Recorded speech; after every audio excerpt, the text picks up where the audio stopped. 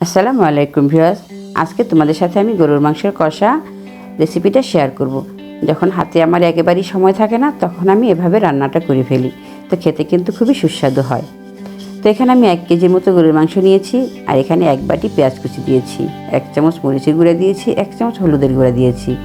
এবার এখানে আমি 1 চামচ জিরার গুঁড়া, 1 চামচ ধনিয়ার গুঁড়া এবং স্বাদ মতো লবণ দিয়েছি, আর 4 চামচের মতো সরিষার তেল দিয়েছি। আর এখানে 2 চামচ আদা রসুনের পেস্ট দিয়েছি, গোটা তেজপাতা, দারুচিনি, এলাচ দিয়েছি। এবার এগুলোকে একটু হাত দিয়ে ভালো করে মেখে নিতে হবে। তো মেখে তোমরা কিন্তু চাইলে 10-15 মিনিট রেখে দিতে পারো। তো আমি কিন্তু রাখিনি, আমার হাতে সময় ছিল না, তাই আমি বসিয়ে দিয়েছি। এবার হাতটা ধুয়ে একটু পানি দিয়ে দিয়েছি।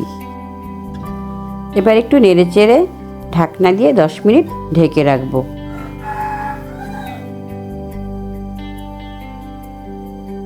আবারও ঢাকনা তুলে একটু নেড়ে চেড়ে দেবো। তো এখনও যারা ভিডিওতে লাইক দেও না, প্লিজ দয়া করে একটা লাইক দিয়ে দাও আর শেয়ার করে দাও। আর কমেন্টে গিয়ে জানিয়ে তো কেমন হলো। আমি আবারও ঢেকে রাখবো। ঢাকনা তুলে এবার 3-4টা কাঁচামরিচ দিয়ে দেবো, আর 1 চামচ জিরার গুঁড়ো দিয়ে দেবো, আর 2 চামচ গুঁড়া দুধ পানি দিয়ে গুলিয়ে দেবো। তো এবার নেড়ে ছেড়ে আবারও ঢাকনা দিয়ে 10 মিনিট ঢেকে রাখবো। তো এভাবে করে তোমরা যদি সরিষার তেল দিয়ে গরুর মাংসটা রান্না করো, তাহলে কিন্তু খেতে খুবই সুস্বাদু হয়। একবার খেয়ে দেখো রান্না করে। তো আমার রান্নাটা হয়ে গেছে। সবাই ভালো থেকো। আল্লাহ হাফেজ।